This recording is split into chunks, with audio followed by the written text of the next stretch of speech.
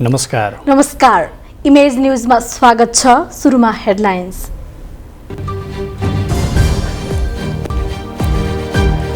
फोहोर बोकेर बन्सरे डाँडा पुगेका ट्रक स्थानीयले काठमाडौँ फर्काए। प्रधानमन्त्री तहबाटै पहल हुनुपर्ने सत्तारूढ सांसदको भनाई।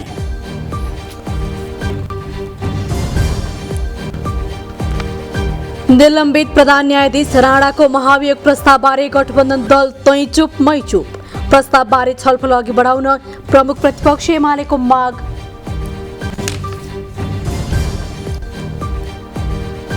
मन्त्री फेरबदलको विषयले गठबन्धन दल थप दबावमा। मन्त्रालयगत छलफल चलेका बेला मन्त्री चलाउन नहुने तर्क। मेटमणी भन्छन् भोलि शपथ लिन्छु।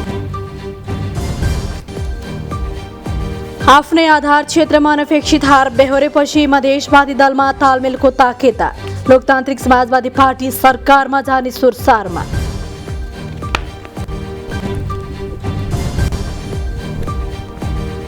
कहाली लाग्दो छेडतर्फ बढ्दै रुस युक्रेन युद्ध। मारिएकाको शव हस्तान्तरणको दृश्यले सोजन भने भाव्य।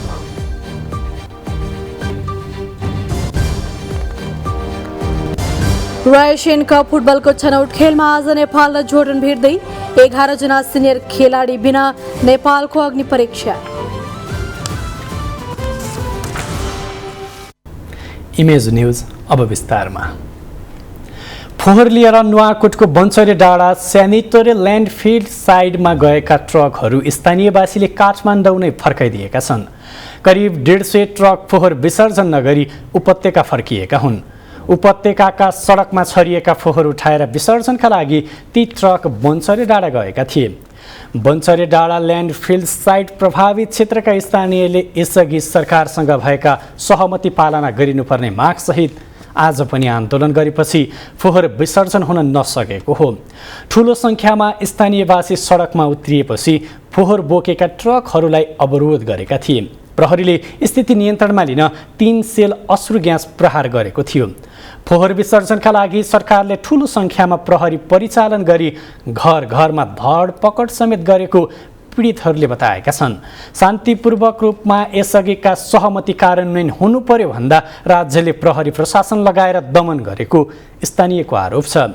प्रहरीले आज बिहानैदेखि माइकिङ गर्दै सडक अवरुद्ध नगर्न स्थानीयलाई आग्रह गरेको थियो। पीडितहरूले पनि प्रहरीलाई आफूहरूको शान्तिपूर्ण आन्दोलनमा हस्तक्षेप नगर्न भन्दै माइकिङ गरेका थिए। त्यही बेला प्रहरीले बल प्रयोग गरेर उनीहरूलाई हटाउन खोज्दा अश्रु ग्यास प्रहार भएको हो। स्थानीयको आन्दोलनका कारण फोहोर बोक्ने 3वटा गाडीको सिसा फुटेको छ। काठमाडौँ महानगरपालिकाका अनुसार मङ्गलबार उपत्यकाबाट करिब 1200 मेट्रिक टन फोहोर ल्यान्डफिल साइटमा लगिएको थियो। प्रतिनिधि सभा बैठकको शून्य समयमा सांसदहरूले विभिन्न विषयमा सरकारको ध्यानाकर्षण गराएका छन्। उनीहरूले काठमाडौँलाई फोहोर मुक्त बनाउन प्रधानमन्त्रीले पहल कदमी लिनुपर्नेदेखि किसानलाई मल उपलब्ध गराउन माग गरेका हुन्। बलात्कारको घटना बढे पनि सरकारले नियन्त्रण गर्न नसकेको भन्दै गृहमन्त्री बालकृष्ण खाँडको राजीनामा संसदमा मागिएको छ। कतिपय कुरा दुईटा निकायले चाहेर मात्र गर्न सम्भव छैन। त्यसैले कति स्रोत साधनको कुरा गर्न कानुन नियमको गाँठो फुगाउनका निम्ति सम्माननीय प्रधानमन्त्रीजीले नै पहल कदमी लिनुपर्ने छ। यसका लागि म सम्माननीय प्रधानमन्त्रीजीलाई विशेष पहल कदमी लिन आग्रह गर्न चाहन्छु। जघन्य अपराधहरूलाई टुलु हेरेर गृहमन्त्रीज्यू बस्नु भएको छ। यदि जनतालाई शान्ति सुरक्षा दिन नसक्ने, बालिकाको सुरक्षा गर्न नसकिने अवस्था हो भने यस्तो घटनाहरू टुलु हेरेर बस्नुभन्दा तुरुन्त गृहमन्त्रीज्यूले नैतिकताको आधारमा पनि आफ्नो राजीनामा दिनुपर्छ। सभामुख यदि चाहिएन भने उपसभामुख पद नै खारिज गरौँ। चाहिए भने उपसभामुखको अहिलेसम्म नियुक्ति किन भएन? यदि साधारण खर्च त्यतिकै बढिरहेछ, यदि उपसभामुखको कारणले साधारण खर्च बढ्छ भने उपसभामुख पद खारिज गरौँ। यसपालि पनि सरकारले समयमा मल खाद उपलब्ध गराउन सकेको छैन। त्यसैले सभामुख महोदय मार्फत सरकारसँग समयमा पर्याप्त रूपमा किसानको लागि मल खाद उपलब्ध गराउन सरकारसँग जोरदार माग गर्दछु। 1500 प्राध्यापक 4,50,000 विद्यार्थी रहेको त्रिभुवन विश्वविद्यालय आज तालाबन्दीको शिकार बनेको छ। स्वयं गृहमन्त्रीको ठाडो आदेशमा निर्देशनमा गुन्डागर्दी गरेर तालाबन्दी गर्ने अनि सेन्टर अफ एक्सिलेन्सी विश्वविद्यालयलाई बनाउँछ भनेर नाटक गर्ने काम तुरुन्त बन्द गरियोस्।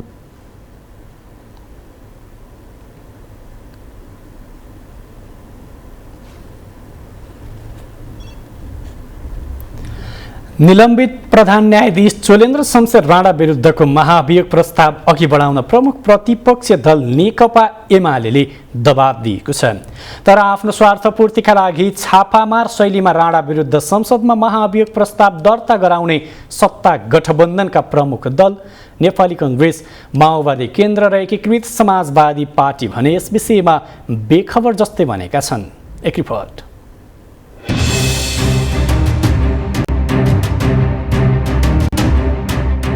गत फागुन 1 गते सत्ता गठबन्धनकै 98 जना सांसदहरूले प्रधान न्यायाधीश विरुद्ध महाअभियोग प्रस्ताव दर्ता गरेपछि राणा स्वत निलम्बनमा पर्नुभयो। प्रमुख प्रतिपक्ष दल एमालेको समर्थन बिना महाअभियोग प्रस्ताव पारित हुन असम्भव छ भन्ने जान्दा जान्दै पनि सत्ता गठबन्धनले गठबन्धनकै 2 दललाई समेत सुइँको नदी राणा विरुद्ध महाअभियोग प्रस्ताव दर्ता गर्यो। महाअभियोग प्रस्ताव पारित गर्न निर्णायक मानिएको नेकपा एमाले महाअभियोग प्रस्ताव अघि बढाउनु पर्ने माग गरिरहँदा सत्ता गठबन्धन भने मौन बसेको छ।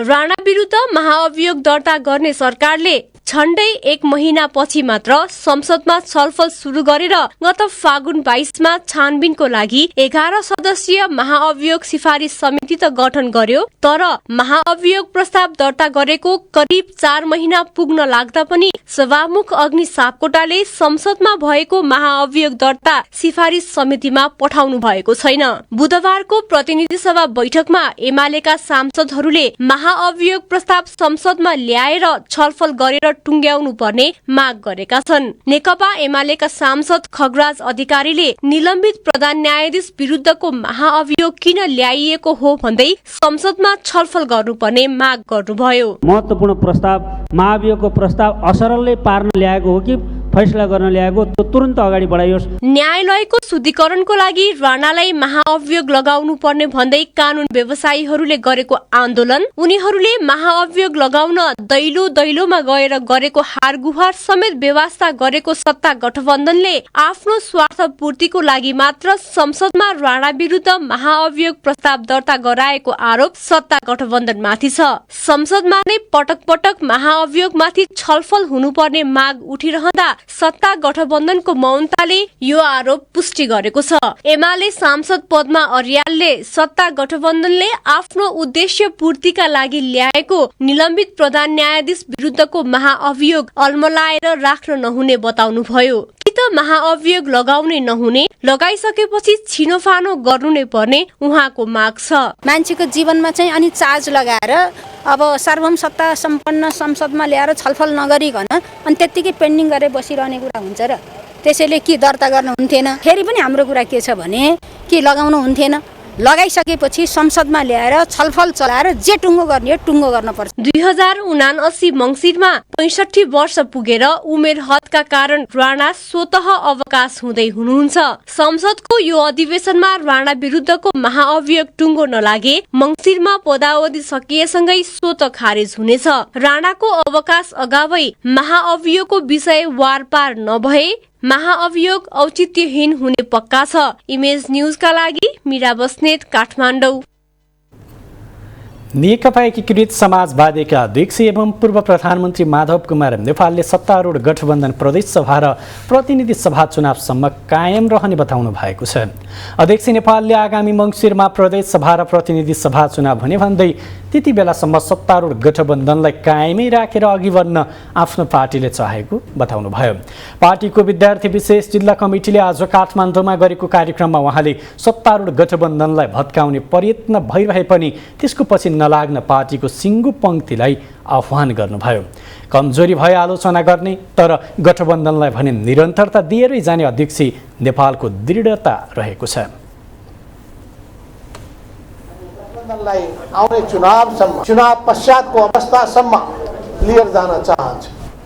यो गठबन्धन कसरी भत्कियोस्, आपसी अविश्वास कसरी बढोस् भनेर अनेक खालका प्रयत्नहरू पनि भएका होला।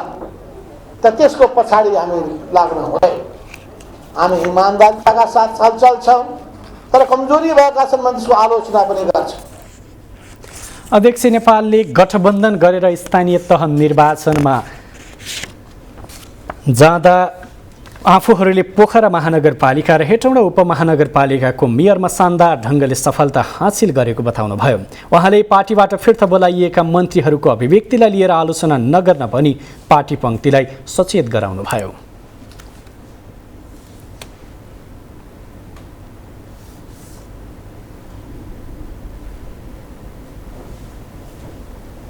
अब दोष जति हाम्रो मन्त्रीलाई दिने काम नगरौँ।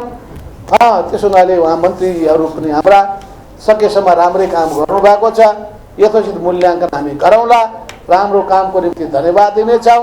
कमजोरीको निम्ति हामी यो कमजोरीलाई ध्यानमा राखेर अब जाने टिमले राम्रो काम गरोस् भनेर आशा अपेक्षा गर्दै उहाँलाई हामी पठाउने। अध्यक्ष नेपालले वाडा तहसम्म पुगेर प्रदेश सभा र प्रतिनिधि सभा निर्वाचनको तयारीमा जुट्न पार्टीका नेता कार्यकर्तालाई निर्देशन दिनुभयो। नेकपा एकीकृत समाजवादीको तर्फबाट शहरी विकास मन्त्रीमा सिफारिस हुनुभएका सांसद मेटमणि चौधरीले भोलिसम्ममा मन्त्री पदको शपथ ग्रहण लिने दावी गर्नुभएको छ।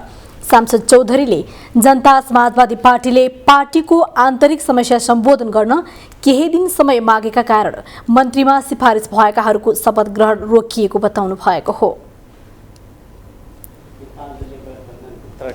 एउटा दल हो, एउटा पार्टी हो र हामीले शपथ ग्रहण गर्ने टाइम कन्फर्म गरिराख्दाखेरि जसपाका साथीहरूले केही दिन हामीलाई पनि पार्टीभित्रको आन्तरिक समस्या सम्बोधनको लागि केही समय चाहिन्छ भनेपछि यो केही समय केही दिन डिले मात्रै भएको हो।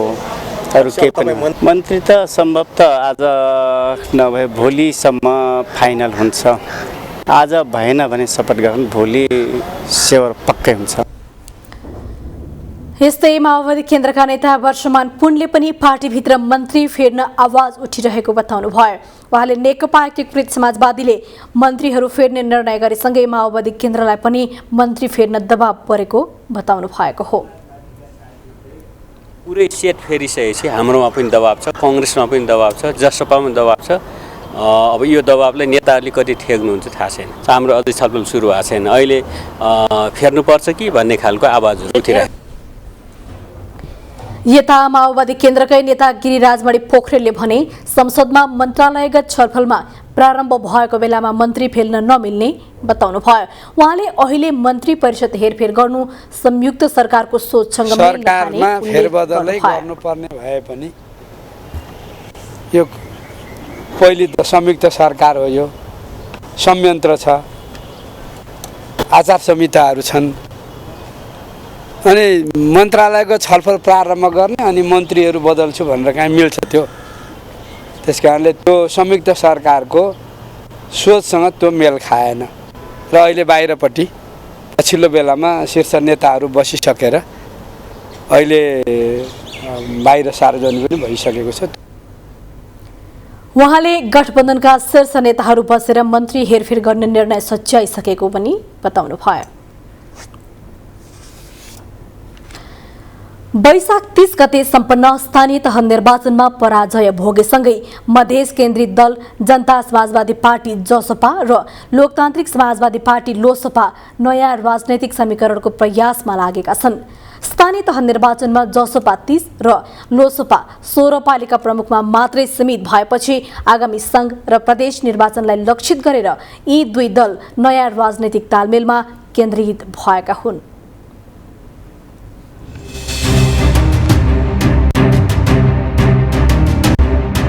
2074 सालको पहिलो संविधान सभा निर्वाचनदेखि तराई मधेसमा बलियो पगड जमाएर बसेका मधेस केन्द्रित दल गत वैशाखमा सम्पन्न स्थानीय तह निर्वाचनमा आफ्नै आधार क्षेत्रमा नराम्ररी पराजित हुन पुगे। जसपा सत्तारूढ गठबन्धनसँग तालमेल गरेर चुनावी प्रतिस्पर्धामा गए पनि अपेक्षाकृत सफलता पाउन सकेन।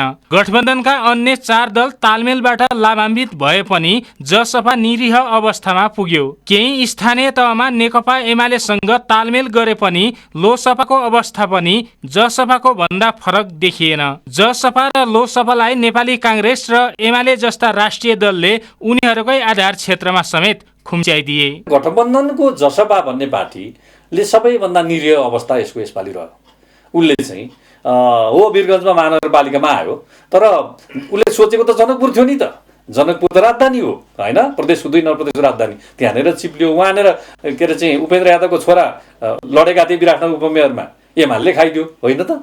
त भनिसकेपछि उसलाई सोचे अनुसारको रिजल्ट यसले दिएन। फेरि कस्तो भयो त भन्दाखेरि यो गठबन्धनले चाहिँ फाइदा कसलाई भयो त भन्दाखेरि कांग्रेसलाई पनि भयो, एमालेलाई पनि भयो। तराईतिर त यस्तो तपाईँलाई चाहिँ स्वाट्टैसँग चाहिँ राष्ट्रिय पार्टीहरू छिरे कि यो जसपा लोसपालाई त साँगुरो मजाले खुम्चाइदियो। कांग्रेस र एमालेले आफ्नै आधार क्षेत्रमा धावा बोलेपछि जसपा र लोसपाका लागि आगामी चुनाव थप चुनौतीपूर्ण बनेको छ। चुनावी परिणामबाट झस्किएका जसपा र लोसपाका नेताहरू सम्भव भए पार्टी एकता नभए गठबन्धनको प्रयासमा लागेका छन्। दुवै पार्टीभित्र स्थानीय तह निर्वाचनबाट पाठ सिकेर 2 दलबीच एकता गर्नुपर्ने आवाज बलियो बन्दै गएको छ।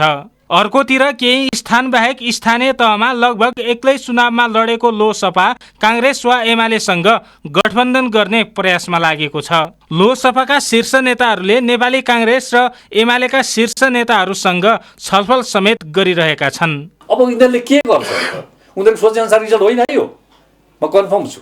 त उनीहरूले एमालेसँग जानुपर्ने हो कि गठबन्धन गरेर? त्यो पनि हुनसक्छ। लोसपा त मन्त्र ठाकुर त एमालेसँग कुरा गरेकै मान्छेहरू हुन्। जसपाले पनि जानुपर्ने हो कि? बाबुराम भट्टराईले पनि गाली गरेका थिए, ओहो यो त धोकेबाज हो होइन त भनिसकेपछि कसरी चाहिँ त्यहाँनिर चाहिँ विश्लेषण भइरहेको छ? उनीहरूको पक्षमा नेगेटिभ छ, नत्र भने अरू फाइदामा छन्। फाइदामा उनीहरू सायद मिल्लान्, फाइदामा नहुनेले सोच्नु पर्ला। त्यसो त प्रधानमन्त्री शेरबहादुर देउवालाई संसदमा विश्वासको मत दिए पनि लोसपा सरकारमा सहभागी छैन। स्थानीय तह निर्वाचनको परिणामले गहिरो चोट बेहोरेको लोसपाले पछिल्ला दिनमा सरकारमा सहभागी हुने प्रयास गरिरहेको छ। लोसपाले प्रधानमन्त्री देउवालाई रेशम चौधरीको रिहाई लगायत विभिन्न 11 बुँदे माग सहितको ज्ञापन पत्र बुझाउँदै माग सम्बोधन भए सरकारमा सहभागी हुने बताएको छ। तत्कालीन प्रधानमन्त्री केपी शर्मा ओली नेतृत्वको सरकारमा पनि लोसपा ज्ञापन पत्र बुझाएर गएको थियो। प्रधानमन्त्री देउवालाई बुझाएको ज्ञापन पत्र पनि सरकारमा सहभागी हुने लोसपाको पहिलो खुड्किलोका रूपमा विश्लेषण गरिएको छ। इमेज न्यूजका लागि क्यामेरा पर्सन राजेन्द्र नाफिदका साथ अक्कल कुँवर, काठमाडौँ। यसैबीच लोकतान्त्रिक समाजवादी पार्टीका सांसद लक्ष्मणलाल खड्नले जनता समाजवादी पार्टीका अध्यक्ष उपेन्द्र यादवले बाटोबाट आफूहरूलाई पार्टी एकीकरणका लागि आह्वान गरेको भन्दै असन्तुष्टि जनाउनु भएको छ। प्रतिनिधि सभा बैठकपछि बाहिरिने क्रममा सञ्चारकर्मीहरूसँग कुरा गर्दै उहाँले अध्यक्ष यादवले सङ्कटमा परेकाले सहयोग खोजेको जिकिर गर्नुभयो। अध्यक्ष यादवले विगतमा आफूहरूलाई पार्टीबाट निकालेको भन्दै सङ्कट निवारण भएपछि लखेट्ने प्रवृत्ति रहेको सांसद कर्णको टिप्पणी थियो। सांसद कर्णले औपचारिक रूपमा एकीकरणको प्रस्ताव नआएको उल्लेख गर्दै के को लागि किन एकीकरण गर्नुपर्ने हो भन्ने उहाँको प्रश्न थियो। एकीकरण गरेर जोगाएको होइन, त्यसमा म समेत महन ठाकुरलाई उहाँले निकालिदिया होइन, पार्टी फोड्नलाई आधिकारिकताको निवेदन दिया होइन। अनि के को मेल? आज फेरि पार्टीमा सङ्कट उत्पन्न भएको छ। उहाँको सङ्कट उत्पन्न भयो भने हाम्रो सहयोग खोज्ने र सङ्कट निवारण भएपछि लखेट दिने।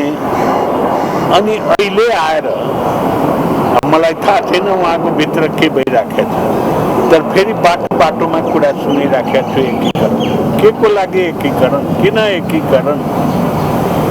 त्यस कारणले हामीसँग उहाँले कुनै कुरा गर्नुभएको छैन। सांसद कर्णले पार्टी सरकारमा जाने सम्बन्धमा प्रधानमन्त्रीसँग कुरा नभएको दावी समेत गर्नुभयो।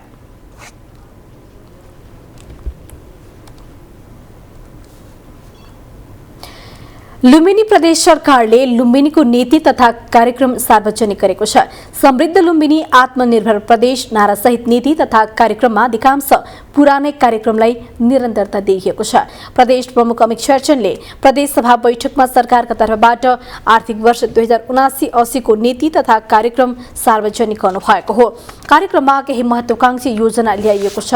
कृषि, पर्यटन, स्वास्थ्य, शिक्षालाई प्राथमिकतामा राखेर ल्याइएको नीति तथा कार्यक्रममा राप्ती उपत्यका दाङमा प्रदेशको स्थायी राजधानी व्यवस्थापन गरिने उल्लेख छ। लुम्बिनी प्राविधिक विश्वविद्यालय स्थापना, रामपुर कपुरकोट सडकलाई प्रादेशिक गौरवको आयोजनाको रूपमा विकास गरी कार्यान्वयन गरिने नीति तथा कार्यक्रममा उल्लेख गरिएको छ। यस्तै नौमुरे बहुद्देशीय जलाशययुक्त परियोजनालाई संघीय सरकारसँगको समन्वयमा अघि बढाउने सरकारी योजना छ।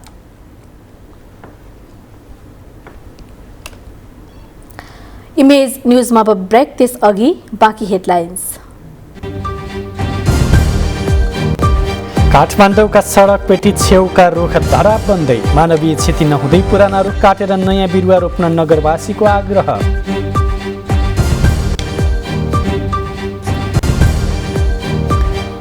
धरहरा पुनर्निर्माण जोडतोडले चलिरहँदा ऐतिहासिक सुन्दरा खण्डहरमा परिणत, हितीलाई परम्परागत शैलीमा जीर्णोद्धारको माग। र पुँजी बजारको समस्या समाधानमा सरकारको तत्परतापछि बेरेसमा रहेको बजारमा एकाएक चमक। अर्थमन्त्री शर्मा भन्छन् मौद्रिक नीतिमा 4-12 करोडको सीमा सम्बोधन जरुरी छ। अब बाँकी न्युज। काठमाडौँ महानगरपालिकालाई हराभरा र सुन्दर बनाउने उद्देश्यले दशकौं अघि लगाइएका रुख अहिले धरापमा परिणत भएका छन्। ती रुखको आयु कति हो र तिनीहरूको अवस्था के छ भन्ने अध्ययन गर्ने फुर्सद कसैलाई छैन। हावाहुरी आएका बेला सडक पेटीमा हिँड्दा कति बेला रुख ढलेर अनिष्ट हुने हो भन्ने त्रास बढ्दो छ। एक रिपोर्ट।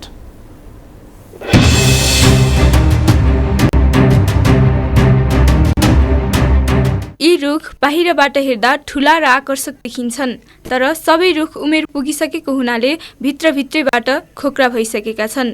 कतिपय रुख त कुहिएर झारपात पलाएका छन् त कति रुख हाँगा भाँचिएर अधकल्चो अवस्थामा छन्। सडक पेटीका कति रुख त ढल्ने क्षणको प्रतीक्षामा बसेको भान हुन्छ। यसले सडक पेटीमा हिँड्ने पैदल यात्री मात्र नभई गुड्दा गुड्दैका गाडी, आवास क्षेत्र, विद्यालय र प्रहरी चौकीमा बज्रिने खतरा छ। जोखिम अवस्थाका वृद्ध रुख काट्ने, छाट्ने र उपयुक्त बिरुवा लगाउने तर्फ सरकारको ध्यान जानुपर्ने स्थानीयको भनाइ छ। कोनी समय पुगेपछि ढल्छ आफै, त्यहाँमाथि फेरि अब यस्तो ठुल्ठुला रुखहरू राखेर पनि काम छैन। ठाउँअनुसार सुहाउँदो रुखहरू पो राख्नुपर्छ त। अब नचाहिने ठाउँमा नचाहिने बिरुवाहरू लगाउँछन्, बिरुवाहरू चिन्दैनन्, त्यही त हो नि। अनि त्यो पछि त काम त बिग्रिन्छ। मान्छेको मृत्यु हुने, मान्छेलाई डिस्टर्ब हुने, बाटोघाटो नपुग्नु, हरेक कुराहरू समस्या छन् नेपालमा, छैन र? समयमै यसलाई काटछाट गर्नु पर्यो। अब नहुने यस्तो बिरुवाहरू निकाल्नु पर्यो, राम्रो बिरुवाहरू लगाउनु पर्यो। बाटोघाटोमा ठुलो बिरुवाहरू लगाएर हुँदैन। राम्रो पनि हुँदैन, भत्केला भने डर छ। मान्छे हिँड्ने आउँछ, यस्तो हिँड्यो भने लाग्ला के मान्छे हो, त्यही हो। पढ्न त पढिहाल्छ मान्छेहरू, हिँड्ने यस्तो बाटो हिँड्छ होइन। अनि अब मान्छे पढ्यो भने नराम्रो हुन्छ। काठमाडौँका अधिकांश ठाउँमा लहरे पिपलका बिरुवा लगाइएका छन्।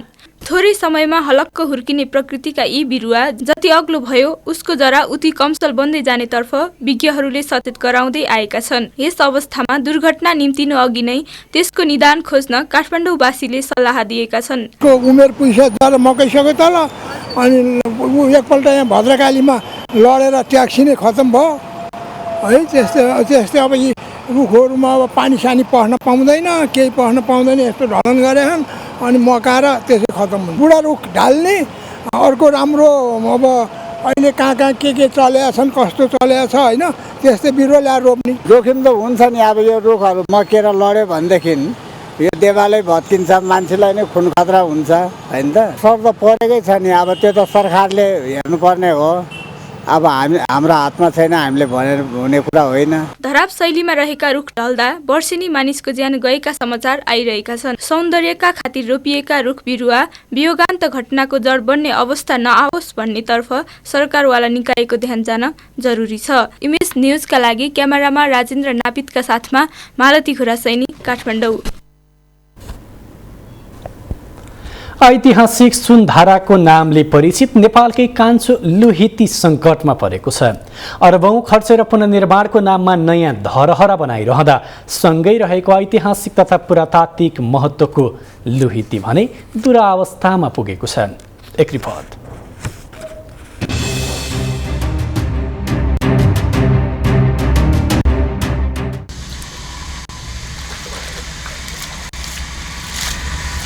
स्वस्तिश्री सम्वत 1885 साल मिति फाल्गुन वदी 7 रोज 5 का दिन श्री 5 महारानी ललित त्रिपुरा सुन्दरी देवीले यो धारो बनाई श्री कृष्णार्पण गर्नुभयो। शुभम उल्लेख गरिएको यो पुरातात्विक महत्त्वको लुहिती हो। सुनको मोलममा लगाइएको मकर मुखाकृति लुहिती नेपालकै कान्छो हिती हो। करिब 2 रोपनी 4 आनाको हिती संरचना मौलिक कलाकृति सहित 4वटा तहमा निर्माण गरिएको छ।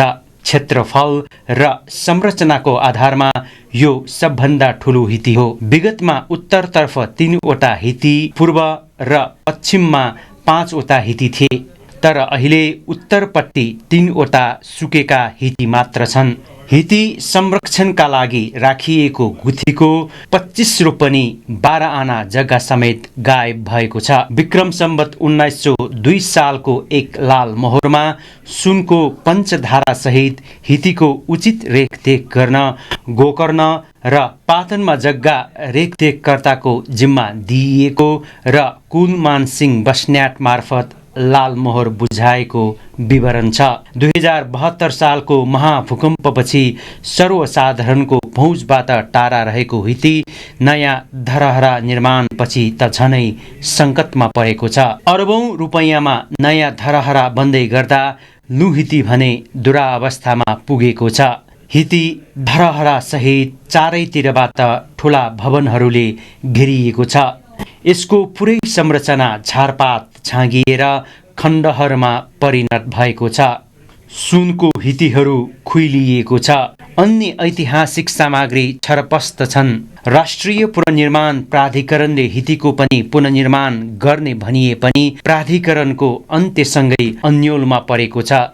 सम्पदा अभियन्ता आलोक सिद्धि तुलाधर सुनको हितीले विगतको वैभव सम्झाएको भन्दै अहिले व्यवस्था गरिनु दुःखद भएको बताउनुहुन्छ। भूकम्पपछि जुन त्यो नक्कली धरहरा बनाउने नाउँमा त्यो यो सुन्धाराको चाहिँ बिजोग बनाइदियो, त्यो अति नै चाहिँ निन्दनीय छ। पुनर्निर्माण प्राधिकरणले आफ्नो काम नसकाइकन पनि अहिले जुन व्यवहारिक स्थितिमा राखेर त्यसलाई लथालिङ्ग पारेर छोडिदिएको छ, त्यो अहिले कुन सरकारी निकायको अधीनमा छ भनेर अन्यल छ। सोही क्षेत्रका वडा अध्यक्ष चिनिकाजी महर्जन प्राधिकरणसँग सहमति अनुरूप हिती पुनर्निर्माण हुनुपर्ने बताउनुहुन्छ।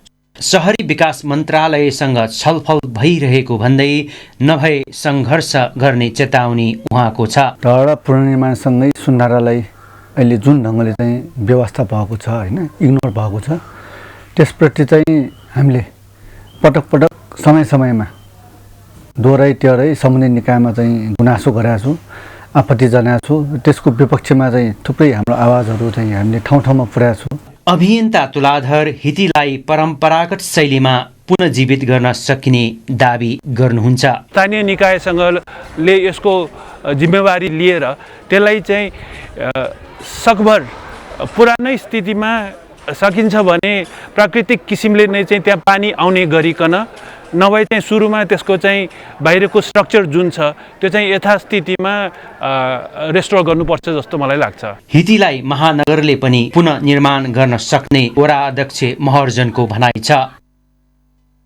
अहिले धरहरा बनाउने जुन निकाय छ त्यसले सुन्धारा पनि बनाउनु पर्छ र नबनाएको खण्डमा त्यहाँ ठुलो प्रतिरोधको विरोधको उहाँले सामना गर्नुपर्ने छ र त्यसको लागि हामी तयारी अवस्थामा छौँ। पुनर्निर्माणको नाममा दात्री राष्ट्रबाट प्राप्त रकमले नयाँ धरहरा बनाउनु तर सँगै जोडिएको मूल्यवान हिती व्यवस्था हुनु पुर्खा र ऐतिहासिक मूल्यको धज्जी उडाउनु जस्तै हो। तसर्थ कुनै पनि हालतमा लुहितीको संरक्षण र पुनर्निर्माण हुन आवश्यक छ। इमेज समाचारका लागि सहकर्मी रक्षा वज्राचार्यका साथ नरेन्द्र मानन्धर, काठमाडौँ।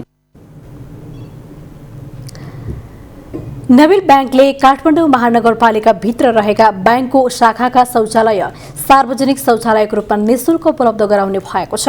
आज काठमाडौँ महानगरपालिका र नबिल ब्याङ्कबीच भएको सम्झौतामा महानगरपालिकाका प्रमुख प्रशासकीय अधिकृत लोकनाथ पौडेल र नबिल ब्याङ्कका प्रमुख कार्यकारी अधिकृत अनिल केसरी शाहले हस्ताक्षर गर्नुभयो।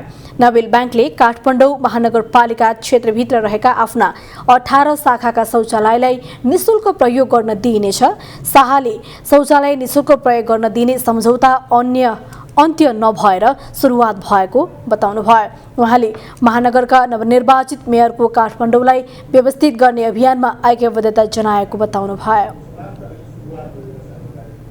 यसबाट सुरुवात गरेर अगाडि बढ्दाखेरि चाहिँ मलाई लाग्छ आउने दिनहरूमा धेरै कामहरू हामी सँगै गर्न सक्छौँ। किनभने काठमाडौँ नगर भनेको सिर्फ केएमसीको मात्रै सहर होइन, मेयर साहबको मात्रै सहर होइन, हामी सबैजनाको सहर हो र यही हाम्रो कर्मस्थल भएको भएर चाहिँ यही हामीले यो काठमाडौँलाई झन् सुन्दर बनाउन सक्छौँ भनेदेखि हामी किन त्यसमा कार्यरत नहौँ। काठमाडौँ महानगरपालिकाका प्रमुख प्रशासकीय अधिकृत लोकनाथ पौडेलले नागरिकको चेतना स्तर वृद्धि र सिकाइ अभ्यासबाट अन्तर्राष्ट्रिय दाँजोमा पुर्याउन यस्ता योजना अघि बढाएको बताउनुभयो। नागरिक चेतना अभ्यास परिष्कृत र सशक्त पार्न, सानो तर महत्त्वपूर्ण कामप्रति जनसमर्थन हासिल गर्न, घर र कार्यालय बाहिरका आम मानिसमा आकस्मिक सेवा स्वीकार्य र ग्राह्य बनाई सभ्य नागरिक र जवाबदेही सहयात्री प्रवर्धन गर्न, कामले सुनेको र आँखाले देखेको सेवा उपभोग तृणमूल तहसम्म विस्तार गर्न, संस्थागत जिम्मेवारीबाट सरकार र नागरिकप्रति अनुभूतियोग्य सेवाको विस्तारमा योगदान गर्न, जटिलता र अप्ठ्यारो बीच भरोसायोग्य सहरी सेवा सम्भव बनाउन,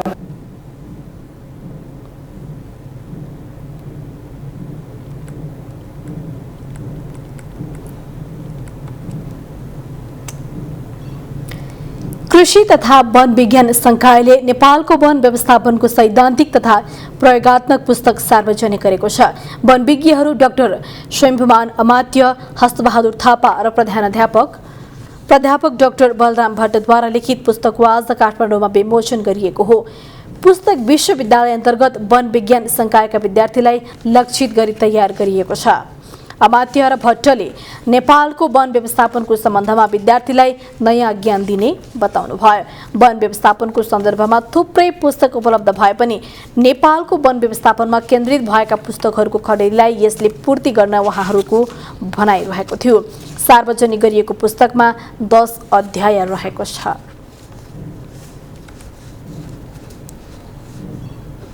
अब बिजनेस न्यूज।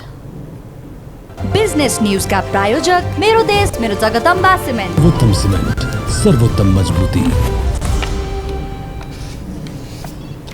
पुँजी बजारमा देखिएका समस्या समाधान गर्न अर्थ मन्त्रालयले 4 सदस्यीय सुझाव समिति गठन गरेको छ।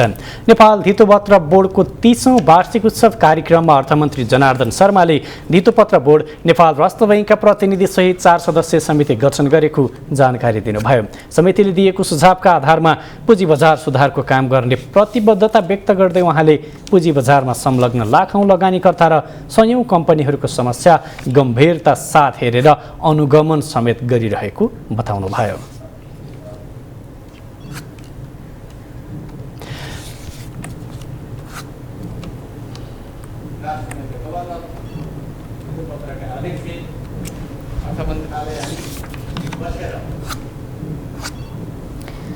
चौधरी समूह विद्युतीय कार व्यवसायमा प्रवेश गरेको छ। चौधरी समूह अन्तर्गतको सेजी मोटर्स विद्युतीय कार सहित नेपाली अटोमोबाइल बजारमा प्रवेश गरेको हो। कम्पनीले चिनिया विद्युतीय कार उत्पादक कम्पनी होजन अटोमोबाइलले उत्पादन गरेको निटा ब्रान्डको कार नेपाली बजारमा ल्याएको छ। कम्पनीले आज एक कार्यक्रम गरी होजन अटोको क्रसओभर कार नेपाली बजारमा प्रवेश गराएको हो। कम्पनीले उत्पादन गरेका विभिन्न मोडलका विद्युतीय कार नेपालमा उपलब्ध गराउने तयारी रहेको सेजी मोटर्सले जनाएको छ। सेजी मोटर्सका प्रबन्ध निर्देशक निर्वाण चौधरीले पेट्रोलियम पदार्थको आयात घटाई व्यापार घाटा कम गर्ने सरकारी नीतिलाई सहयोग पुर्याउने आफूहरूले विद्युतीय सवारीको प्रवर्धन गरेको दावी गर्नुभयो। यो धेरै रेन्ज दिने उपयुक्त मूल्यको विद्युतीय सवारी रहेको कम्पनीको दावी रहेको छ।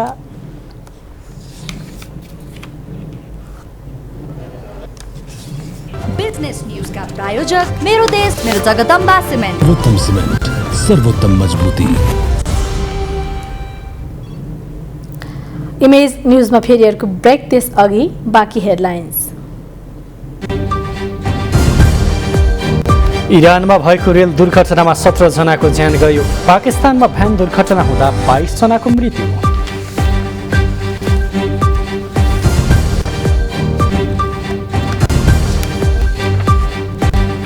एसियन कप फुटबलको छनौट खेलमा आज नेपाल र जोर्डन भिड्दै 11 जना सिनियर खेलाडी बिना नेपालको अग्नि परीक्षा।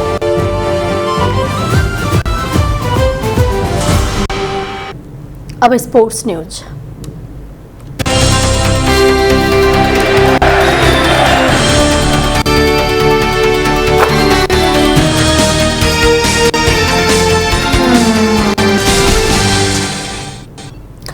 एसियन कप फुटबल छनौटको तेस्रो चरणको खेलमा आज नेपालले जोर्डनको सामना गर्दैछ।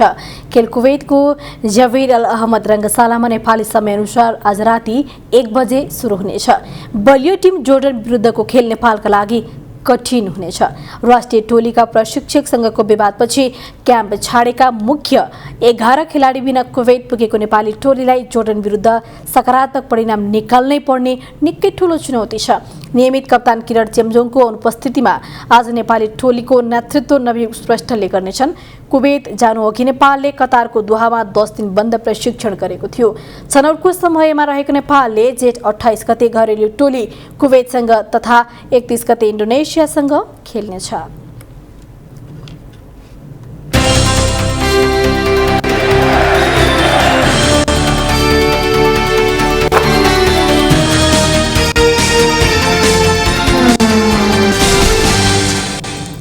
अब वेदर अपडेट।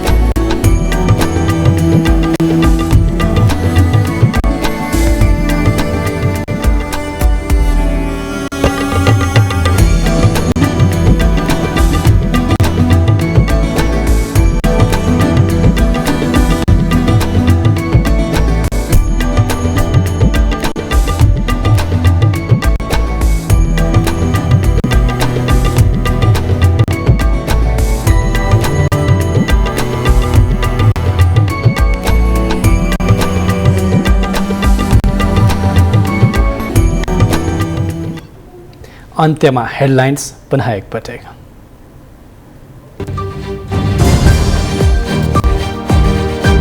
फोहोर बोकेर बन्चरे डाँडा पुगेका ट्रक स्थानीयले काठमाडौँ फर्काए। प्रधानमन्त्री तहबाटै पहल गर्नुपर्ने सत्तारूढ सांसदको भनाई।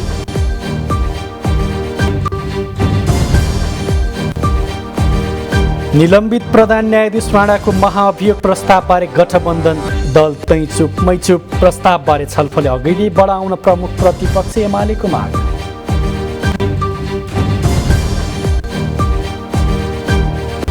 मन्त्री फेरबदलको विषयले गठबन्धन दल थप दबावमा।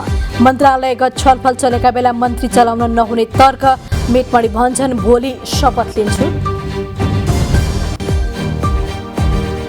आफ्नै आधार क्षेत्रमा अनपेक्षित हार बेहोरेपछि मधेसवादी दलमा तालमेलको ताकेता। लोकतान्त्रिक समाजवादी पार्टी सरकारमा जाने सुरसारमा।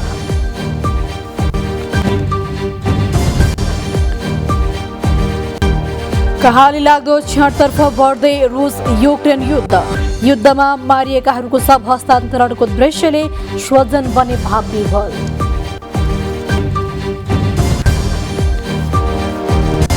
र एसियन कप फुटबलको छनौट खेलमा आज नेपाल र जोर्डन भिड्दै 11 जना सिनियर खेलाडी बिना नेपालको अग्नि परीक्षा।